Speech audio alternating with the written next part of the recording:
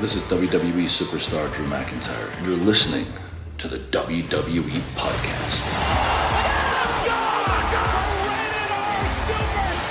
The champ is the one that everybody wants, me. It's going to WrestleMania. Claymore! Austin 316 says I just whipped your ass. This is my iron. You're going to acknowledge me. What's going on, everybody? It is Tuesday, December 9th, 2025, as we roll towards John Cena's final match. In just a few days, we will see the finale of John Cena's career in ring, but no need to worry. Again, you have not seen the last of John Cena. He has signed a 5-year ambassador contract with WWE, so he's essentially a glorified cheerleader for the organization for the next 5 years, as if hasn't already been the last 20 years, 25 years. So he'll just continue his role, except taking the in-ring part of it out. And it's essentially Titus O'Neil's role. If you remember, Titus O'Neil is the face of the global ambassador of WWE, and John Cena will be essentially taking that role. So that's fine. And it's good to see that he'll be still with the company in some capacity. So don't worry, John Cena's not dying after Saturday. Okay. I know a lot of people are looking at this as if you're never going to see him again. No, in fact, you may end up seeing him more than when he had his 1-year retirement tour. It's very possible. Now, I want to address a couple things up front before Monday Night Raw starts, and there's a lot to unpack from Monday Night Raw. A lot to unpack because of Bron Breakker. Just killing it once again, even more so this week on the mic. The dude has arrived. He continues to show you why he truly may be the perennial WrestleMania main event in the future, or maybe even more so the present. But we'll talk about that. The women's division, the Usos returning to the tag team division, and so on. A tag team title match, LA Knight getting destroyed. But I want to just shift our focus to two things. One, plug. If you haven't checked out SmackDown's review from last week, go check it out. Our co-host of many years, really, Daniel, who has done our main event reviews, does our SmackDown reviews, at least for the next couple weeks until Amanda returns. So check it out. But secondly, with John Cena here, there has been a couple of items. One, that in fact, Saturday night is not going to be John Cena's final match, and that this is all one big ruse to bring back The Rock to say that John Cena, in fact, isn't done. The final boss says when he's done, and you all can go screw yourselves. And John Cena is going to continue all the way through WrestleMania. I don't buy it. Cool story, because it does bring The Rock back in a very heel role. The people already don't have a good taste in their mouth from WrestleMania.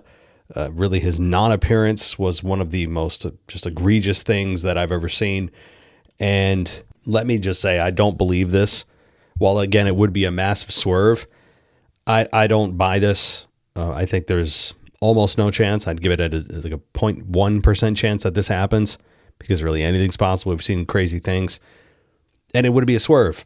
But I don't see that happening, where John Cena is truly not done, and he is going to continue through WrestleMania and brings The Rock back, all the rest.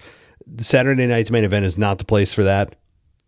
Saturday night main event has not yet shown us that it is even worthy of just kind of a standard wrestling show at times. It's been kind of boring, which if you like just wrestling, then it's your show. But if you like all the extras and big returns and all that has not been the platform for that.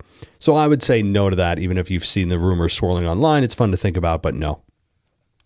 Secondly, Chris Van Vliet, who I've actually spoken with several years ago. I had him on the show, actually. Good guy. He had an interview with John Cena that dropped yesterday. Hour and a half long. Very well done, as always, as just a very good conversationalist. And when John Cena spoke about, and Chris brought up to John Cena, asking him, hey, what was the original plan for The Rock and Travis Scott in the main event of WrestleMania? Well, here's what Mr. Corporate Speak had to say. I think what people are focused on is who else was in the ring and Elimination Chamber, right? You turned heel with The Rock and Travis Scott. Sure. What was the original plan for the involvement of Rock and Travis Scott? This is where, like, who cares? Like, it doesn't matter. We can talk about what could have been until the cows come home. And I think that's what's great about the people who were left standing. Certainly me and Cody. Changed. What's the change? This. All right, let's go. I don't dwell for 1 second on what could have been. Because what could have been is Brock doesn't leave for the NFL and there's no John Cena. Like, you know what I mean? Like, could there have been a match with Rock this year? Man, could there be anything? That's the thing. Was that a plan? That's what sucks about what could have been. Let me take a pause here. So I like how Chris he lightly pushes Cena here. And Cena, in his very corporate way, is like, yeah, well, that didn't happen. Let's just focus on what did. That is, if you want to ignite a fan base, it's the best way to do it. To say who cares, pretty much everyone, dude. It's the main event of WrestleMania. Everyone cares. Like, we all did. What we want is answers. We understand what could have been. That is wrestling. Everything could have been, would have been, should have been, might have been done better. That's what just fantasy booking's about. But this wasn't a fantasy angle. It actually happened in front of our eyes. This is something you guys started and then fumbled badly, horrifically. You guys fumbled this. We want answers as to why you did and what the original plan was. So that's what we want. And it's a non-answer. It's telling us that we shouldn't care. No, John. No. See, we do. We understand it can't happen anymore. We're not asking for you to run the clock back and try to do this. And we know you don't have a DeLorean to go back in time. We get that. But now that it's over, we want to know what happened and why. But don't worry, he continues with some more platitudes and just jargon. So here we go. It's not what is. So I think was that ever talked about? You and Rock? I don't care. Like, first of all, that doesn't, I'm always the last to know. It doesn't trickle down to me. If you watch Unreal, like, that process is genuine. I talk to Rock, and then I talk to this. And the last guy I got to call is John. I'm usually the last guy they call because I'm the easiest. Yeah, let's do it. No problem. I'm in. So I don't sweat we don't have those guys anymore. Cool. What do you want to do? We would like to do this. We need you to start being more competitive. We want to put you in these matches. We were going to build to this. That's over. I didn't even get that. Okay, fine. Great. What are we doing now? That's what's tough. And I think it's great to talk about. It gives good argument. It gives good perspective of, like, how do they book this stuff? A lot of that stuff's beyond control of even the people who own the sandbox. If I decide to walk, I have contractual obligations, but I'm not going to be there on the 13th. Like, if I decide that, and they'll figure it out. Like, I saw Austin get fired. You know what I'm saying? I saw Brock leave. I saw, Dwayne take his break. Like, I don't sweat any of those guys for what they did. So there you go. There you go. From John Cena, saying that essentially, if you read between the lines there, that, The Rock's gone, Travis Scott's gone. He basically said that, we don't have these guys anymore. Here's what we're going to do. I understand. Oh, you adapt and you pivot. I'm the last one to know. I don't think that's truly the case. Okay. I really don't, especially when it's your retirement tour and he actually said he gets to choose what he wants to do. So which is it, John? Do you get to choose what you want to do, or do you just get told what you want to do and be a good little soldier? I happen to believe it's probably option A. All right. But he's trying to pretend that he's the last one to know. And I'm sure he does seem easygoing, but we don't know truly what happens when the cameras go off and you see those texts or phone calls or things that aren't on Unreal. They're not going to put anything on that television show as genuine as they're trying to make it seem. They're not going to put anything on there that is going to make them look bad, or any of those intense conversations or that kind of thing. Like, they're going to only do things that make them look good and show how the process works. Like, of course they are. But beyond the point here, beyond the whole Unreal and all the rest, the idea that John Cena is telling us that we shouldn't care, and who cares? He's such a... here's what I think. Okay, I am not one to believe that John Cena is the greatest of all time. I personally don't think he's the greatest of all time, because what great means different things to different people, and how people measure greatness is different. Despite that we're told, especially by Michael Cole, that it's definitive, that it's settled science, that John Cena is just factually, objectively the greatest of all time, to me makes me want to reject that even more. Is he one of the greatest? Absolutely. Absolutely. I just don't think he's the greatest of all time, but that's my personal opinion, an extremely subjective thing. But he has turned into a corporate stooge. I mean, you essentially, when you become an ambassador, that's what the title is. It's what ambassador means under the guise of corporate stooge. That's what that real job is. You do whatever the company tells you to do to make them look good. You'll travel with the company. You'll maybe make appearances, do signings. Yes, all the in-ring stuff is over, but you are essentially a rah-rah, carry the company flag guy for 5 years, and probably beyond that. He'll get a Legends contract and all the rest. And that's fine. That's fine. That's what he's choosing to do. But I've noticed really over the last, I'd even say 5 to 10 years, especially the last 5, he has become really painful to listen to. While he is well-spoken, and some people love this version of John, I find it very phony. I find this outward appearance that he's developed, this outward character that he has developed when he's doing interviews, painfully phony. I know a lot of people may not agree with this as well. This may not be as controversial as the whole dog incident last week with CM Punk's dog dying. Again, I'm surprised we haven't done a 10 bell salute for that, or done some kind of tribute package video and spent half the show having people talk about their favorite memories of Larry. But I'm being half serious. So this is not just me being controversial to be controversial and stir, what up. It's genuinely something that I have thought about for a while, and as good as John is on the mic, and he is incredible, this version of Cena, this quote unquote real version when he's off script, just speaking to a camera and he's in a suit, it's this mask he puts on that he's developed over time. The way he speaks, it's like giving a non-answer. It's like partly politician, partly just corporate stooge, partly just saying nothing. He's kind of gravitated and pulled together some of the worst traits of people you don't want to hear speak, yet he speaks. The way he speaks is slow and methodical, but he oftentimes says a whole bunch of nothing. He can't talk to you like a real person. I feel like there's no way he speaks to people like this in his real life. When the cameras are off, he talks like this, right? That is not how normal people speak. He goes right into interview mode and he switches on this mask of just corporate stooge.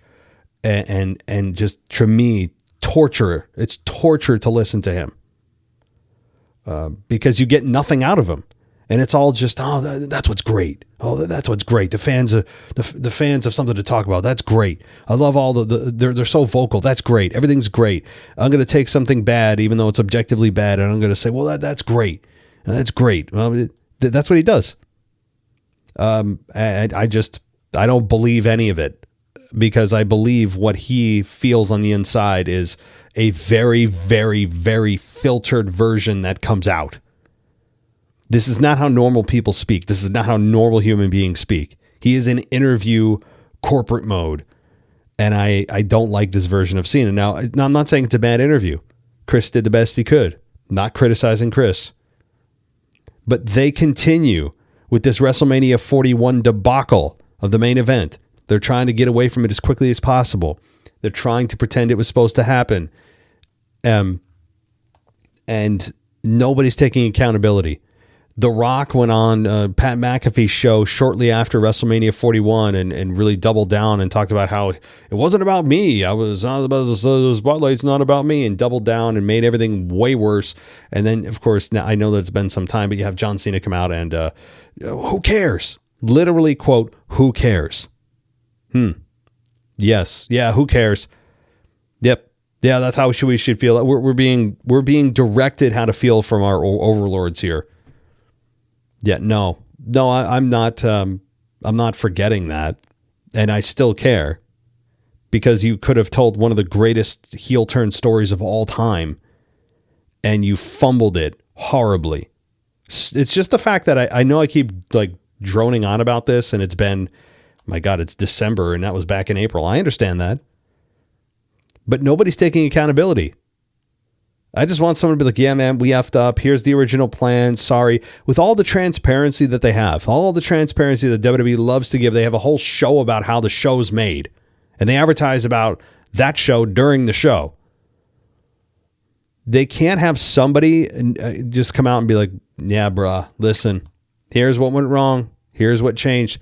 That tells me that the higher ups are the ones that did the whole thing wrong, because they don't want to be held accountable to make the whole company look stupid.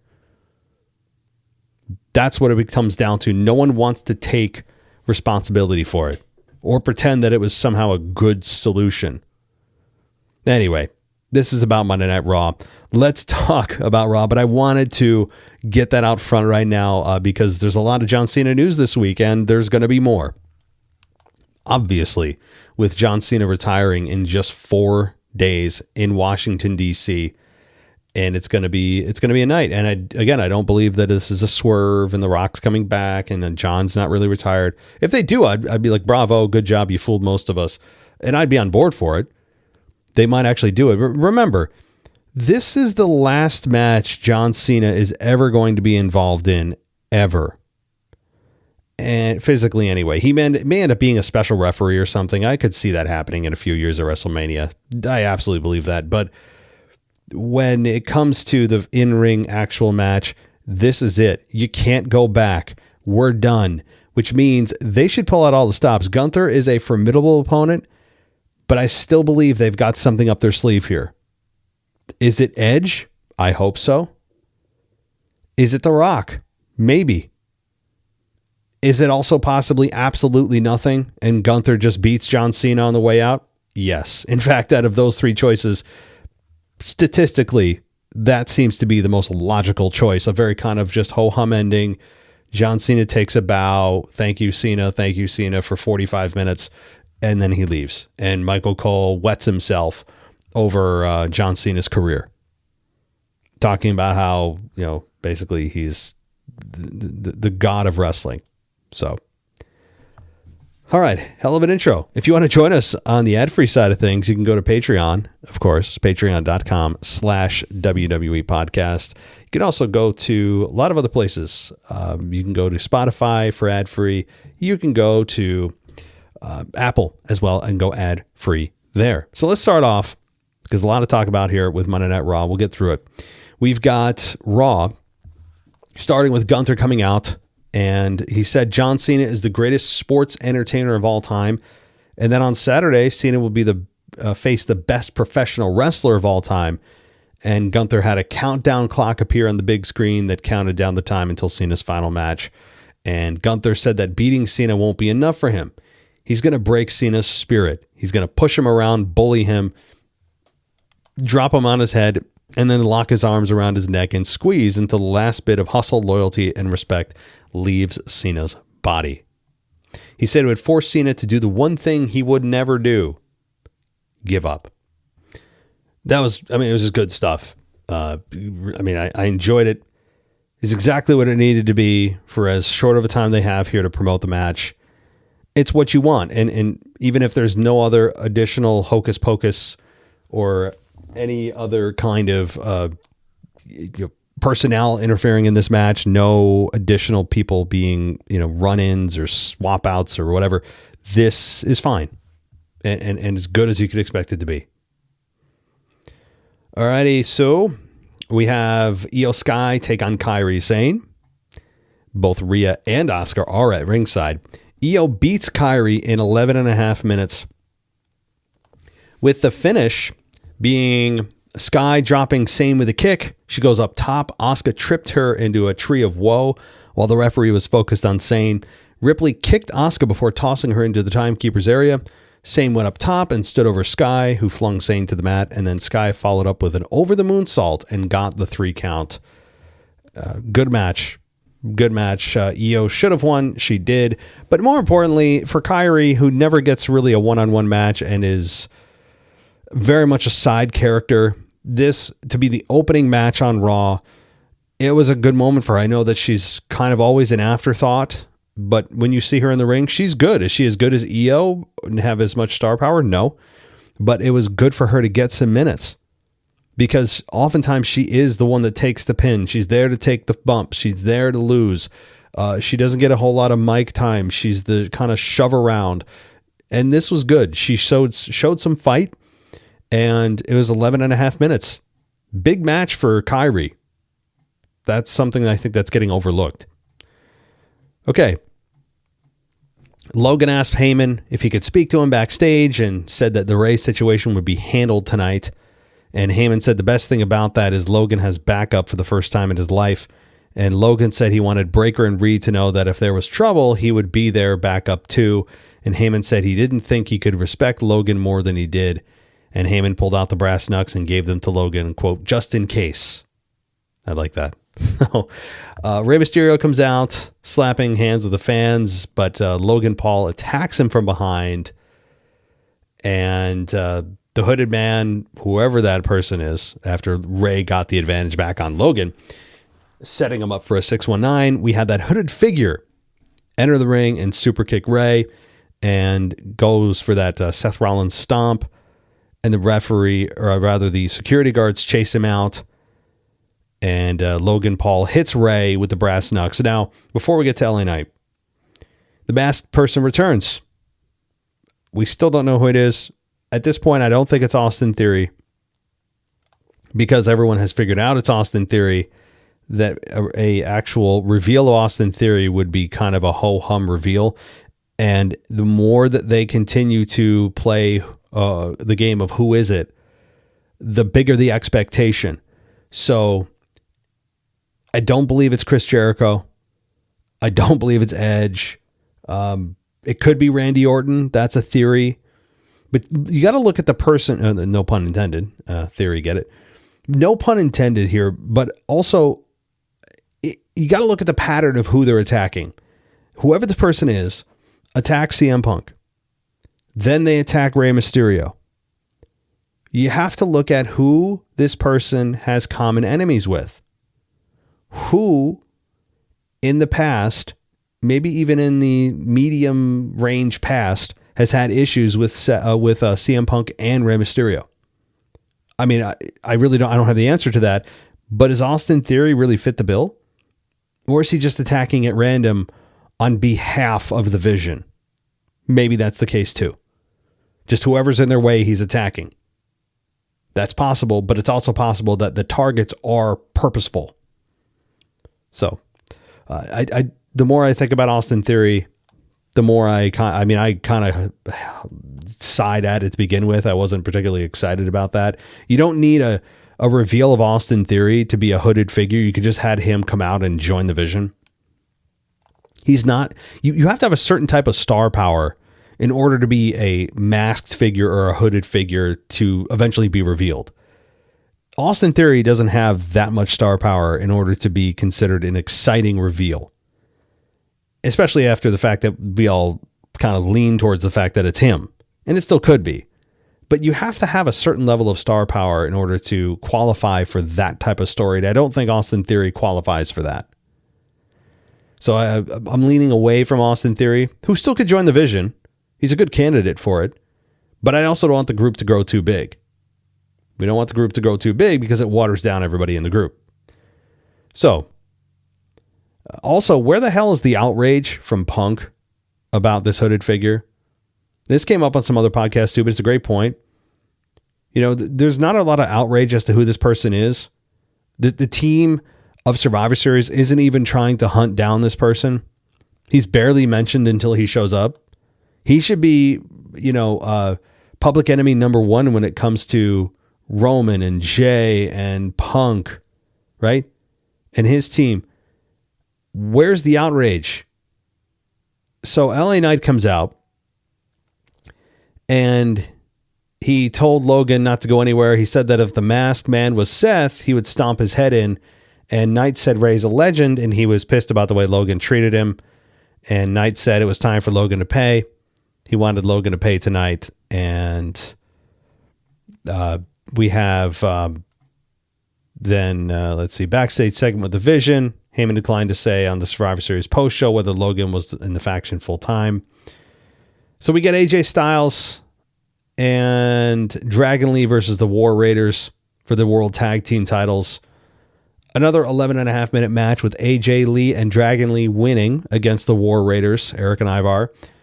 The finish was Styles pulling Ivar from the ropes with a Hurricane Rana that launched Ivar into Eric, who tumbled to ringside, and then Dragon Lee hit a flip dive onto Eric on the floor. Styles hit Ivar with a phenomenal forearm and got the victory. So solid match here. You kind of forget the War Raiders are even there.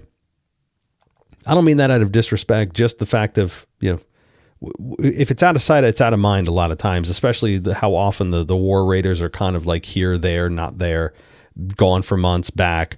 But AJ and Dragon Lee as tag champions, you knew that was going to last at least a couple of months, and so far it has. And I think that they are a great tag team, especially at the end of AJ Styles' career, to carry those belts, add some value to them. And now that we have the Usos back, it adds even more value to a tag team division that is at the moment at a high watermark for the year. And this is the way the tag team division goes. It'll kind of have these weird spikes and then it'll drop off into oblivion. The women's tag team division is obviously the same way.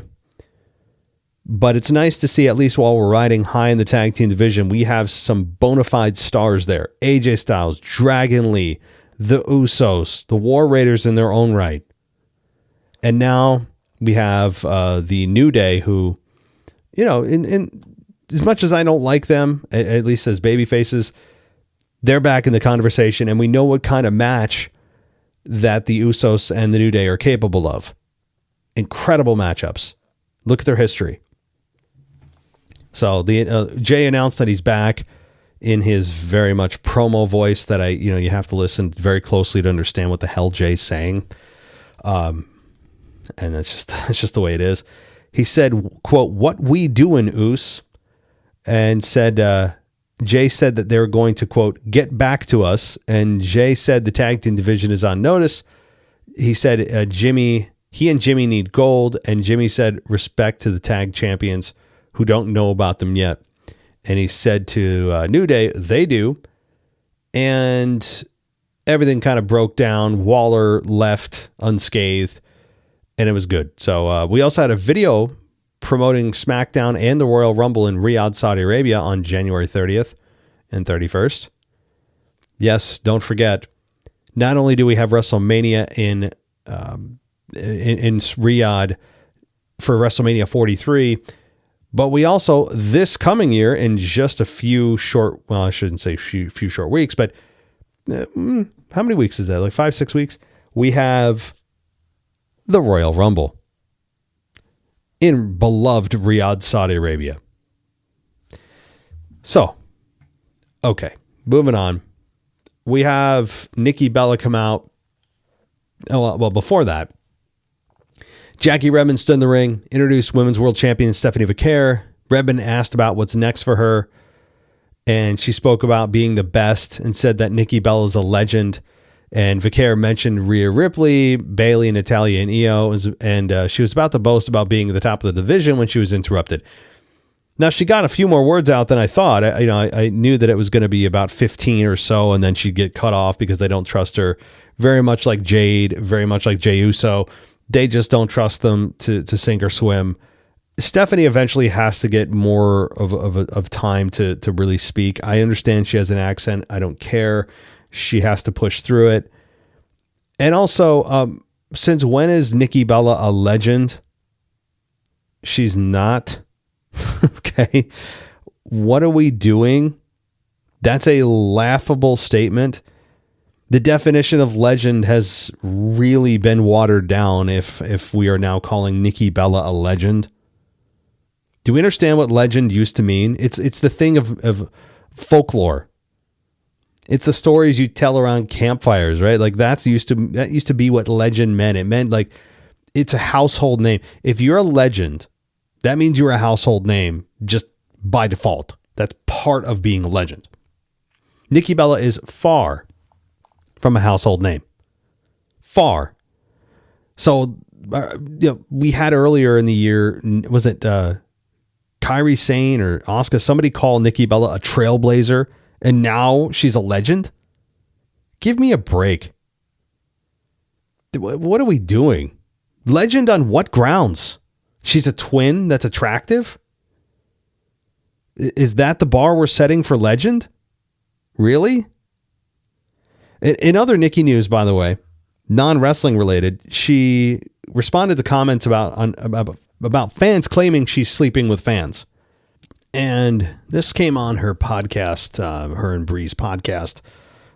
She said, quote, "By the way, someone put a comment under one of my posts, my Bella Army appreciation post, and they go, quote, I wonder how many fans she banged this weekend." And someone goes, "Excuse me?" And he goes, "Well, didn't you hear about the one episode of What She Hopes For?" So I had to chime in. And she said, quote, "You definitely misunderstood that episode of the Nikki and Bree show. Because I remember I said, we both said, like, I have to be in something with someone, not randoms." She's very well spoken. She's very, very eloquent, very, very she's a wordsmith, no doubt about it, as you can tell. She said, "By the way, I still haven't, quote, been involved with the fan." And then she goes on to talk about, her court-ordered divorce settlement with the former Dancing with the Stars, her former husband, what's his name? Artem, I can't even pronounce it, Ching Sativ. I don't even know his name. Never saw him, never heard of him in my life. But she's being forced to pay child support, $3,500 a month for her 4-year-old. I mean, she's supporting a family. I don't know what led to the divorce and all the rest, but she's clearly feeling as she said she's ready to meet somebody, and she said she's not hooking up with fans. I don't know if she is or not. No idea. She could be. I mean, it certainly wouldn't be unheard of for not just for the women, but for the men to hook up with female fans and for the females to hook up with male fans. I would, if I were them, of course, I would certainly advise against it because it's a lot of risk and little reward because all it takes is one picture of that person with you in bed with them and, the internet goes viral and it causes a lot of unnecessary drama for you. It's not highly advised, I'll say that. So I can't speak to whether or not Nikki Bella is doing that or not, but it was something of interest that came out of the Nikki Bella Newswire this week. All right. So the legend Nikki Bella then comes out with a mic and she said that she and Vaquero not done, climbed on the apron, demanded a rematch. And that's when Raquel Rodriguez hopped over, pulled Nikki off the apron and launched her into the ring post. Very well. That was like as Joe Testor said, it was like a lawn dart. And Raquel Rodriguez comes in and told Vaquero to name the time and the place. So, Rodriguez, I don't know if she's supposed to be a babyface or what. I don't know. I don't know what Raquel's supposed to be, but whatever it is more, she's in the limelight more now than she ever was. So she feels more comfortable than she ever has as well. I don't like Raquel as a babyface, so hopefully whatever this version of her continues. Alrighty, we had some. I honestly don't even care about this. I just don't care. I understand Liv Morgan's back. There's some tension with the Judgment Day. I'm just going to skip this and say I don't care. The Judgment Day is dead to me. It's been dead.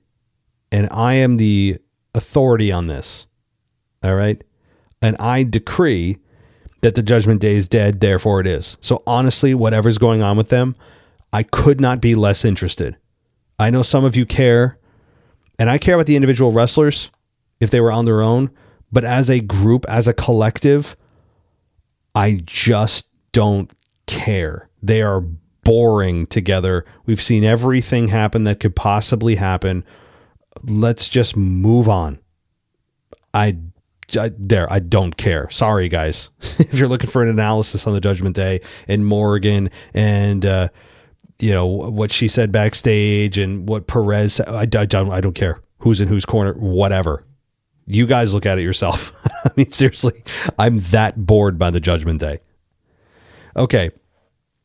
Lyra Valkyria then takes on Roxanne Perez, and Roxanne Perez beats Lyra in 10 minutes and 15 seconds.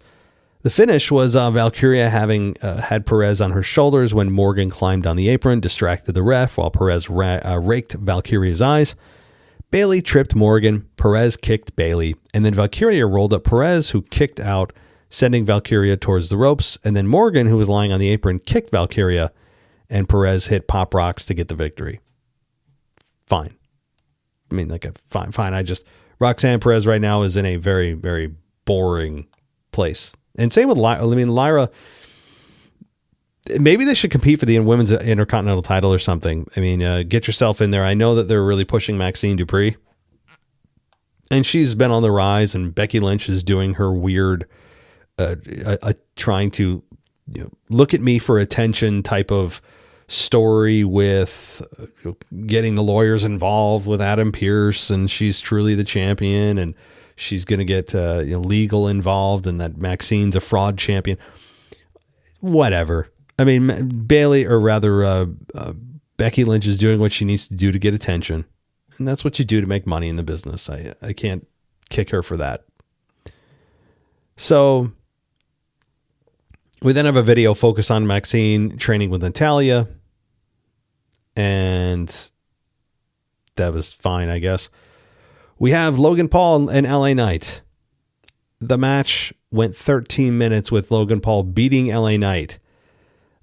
But there's more, right? So the finish was the Mystery Man rolling Knight back in the ring, hopped the barricade. Logan went up top with a frog splash and got the victory. So after the match, Breakker put the boots to Knight, and then Logan picked up Knight, held him while Breakker speared him. Reed hit Knight with 2 tsunami splashes. And that's where Breakker just killed it on the mic again. He, just like last week, I think he did even better than last week. I think did an excellent job here. Was it the best promo I've ever heard? No. Was it the best promo I've ever heard from Bron Breakker? Yes. Now, we had Breakker beg CM Punk for the old CM Punk. He doesn't buy this nice guy crap, taking pictures of people in the back saying, gee, what a swell guy, all that stuff, which is probably very true. And he said that you gloat about how the fact that you've never had a sip of alcohol, you've never done drugs, yet you look like the biggest crackhead anyone's ever seen. I think someone else made that joke too. It might have been, was it The Rock? Or maybe Roman Reigns. Someone had already done that before in a different way. I forget who it was. Somebody already did that, but it's fine. Bron Breakker did well here. He said he wants to face the guy from 2011 to 2013 who beat The Rock and had a 434-day title reign. And Breakker dropped to his knees. He begged for the old CM Punk and said he wants to be the greatest superstar that ever laced a pair of boots. He said he's going to send him to the hospital, take his title, and hell, just for the fun of it, he's going to take his wife. And that got a lot of people up in arms. That was a great line. Attacking him is from a professional and personal perspective.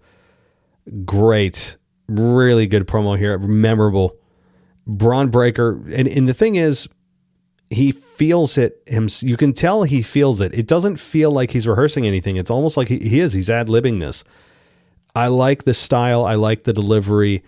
He's got that believability and intensity that you look for. I really love this segment. Bron Breakker right now is at the top of his game. He's the most relevant he's ever been on the main roster. And boy, does it not leave Bronson Reed in the shadows, despite what he did to LA Knight. So after this, though, this is, of course, the second piece of the end of Monday Night Raw here, where LA Knight was on the ground backstage, and Bron Breakker said it would be Spear 1, 2, 3 on January 5th. And backstage, Reed and Logan Paul attacked Knight. Security tried to intervene.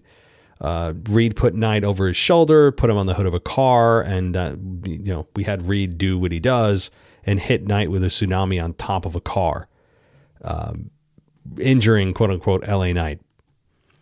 And this, I know a lot of people are looking at this as the demotion for LA Knight. How can it be a demotion when he's in the final segment of the show, in the main event, in a relatively big angle of him being quote unquote injured? How can it be a demotion? He lost the finals to Gunther. Who cares? Because it's not for a championship. And I've stated the reasons why it's not good for LA Knight versus John Cena, for LA Knight anyway. And you have now the anticipation build for an LA Knight return. Why not have it be at the Royal Rumble? I mean, it could be. If you really want to push it, you could have LA Knight wait until the Royal Rumble to return and screw over the Vision for whatever big angle they're in at the time, or if they're in the Rumble. This is shaping up to be a huge Rumble. Assuming LA Knight's in it, Roman Reigns is in it, the Usos are likely going to be in it, Logan Paul's likely going to be in it. Obviously no Seth Rollins unless he's on the hyper speed train of recovery. Seth Rollins is not going to be in the Rumble. He's aiming for a WrestleMania return, maybe shortly before, to build to an angle. So you have a stacked Rumble, probably with Brock Lesnar as well, Gunther as well. Fun moments there. Possible, interactions between Gunther and Brock, teasing a future program. There's some fun stuff headed for us for WrestleMania. On top of Bronson Reed, what is he doing? So the Royal Rumble, it is January 30th and 31st, but you have right now already some favorites right at the top there, led by Roman Reigns, but you could make the case for Bron Breakker now. And Bron Breakker and Roman Reigns going face to face, even though they just kind of already did in the War Games match. It's already shaping up for a fun Royal Rumble. And yes, we'll move on from John Cena. We will. We all will be fine, because don't worry, he will be waving that company flag out of his ass for probably the next 5 years. I mean, he's probably just going to have it surgically implanted into his ass, and he's just going to walk around in prone position, flying it around everywhere he goes. He probably is going to sleep with it in his ass. The WWE flag is going to just be a permanent part, a new appendage of John Cena's body after his retirement from in-ring. I don't mean to give you the visual, as we all are thinking about that. Kind of an interesting visual, isn't it? Disturbing, but I guess kind of funny if you have a sense of humor. But all right, I did not expect to talk about a flag being inserted into John Cena's backside, but here we are. That's the quality of the kind of show you guys are downloading right now.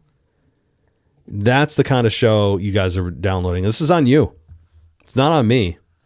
I mean, you guys chose to click that download button, and what do you get in return? You get to think about John Cena with a flag sticking out of his ass. That's the kind of analysis you're looking for. The in-depth, deep dives that you look for in wrestling. So, all right, I'm going to leave it there. Clearly, we're heading downhill. Before it gets any worse, I'm going to sign off here. I hope you enjoyed it. If you want to go ad-free, patreon.com/WWE podcast is the place to go, as well as on Apple. Click subscribe, or on Spotify. You can also leave reviews and give us 5 stars. That really does help us as well. Or if you hate us and want to leave nasty comments, you can do that too. That still helps us, despite what people may think. So that'll do it for me, everybody. I'll be back in a day or two with the official Saturday Night Main Event preview show, and send in your predictions and your emails. I've seen a couple come in already commenting on various topics, but I'm going to try to do, as always, on the PLE or Saturday Night Main Event weeks, do a combo show of the previews and the mailbag. So this could be as late as Friday, but I'm going to try. I might have plans Thursday night, but I will try to get it out earlier if I can. At the very latest, this will all be out on Friday midday or so, Eastern time. All right, everybody. Thanks so much for listening, and I will talk to you next time. Thanks for listening to the WWE Podcast. Don't forget to subscribe on your favorite podcast app so you don't miss a show, or head to WWEpodcast.com. And for all of these shows ad-free, head over to patreon.com/WWE Podcast. Until then, we'll see you next time.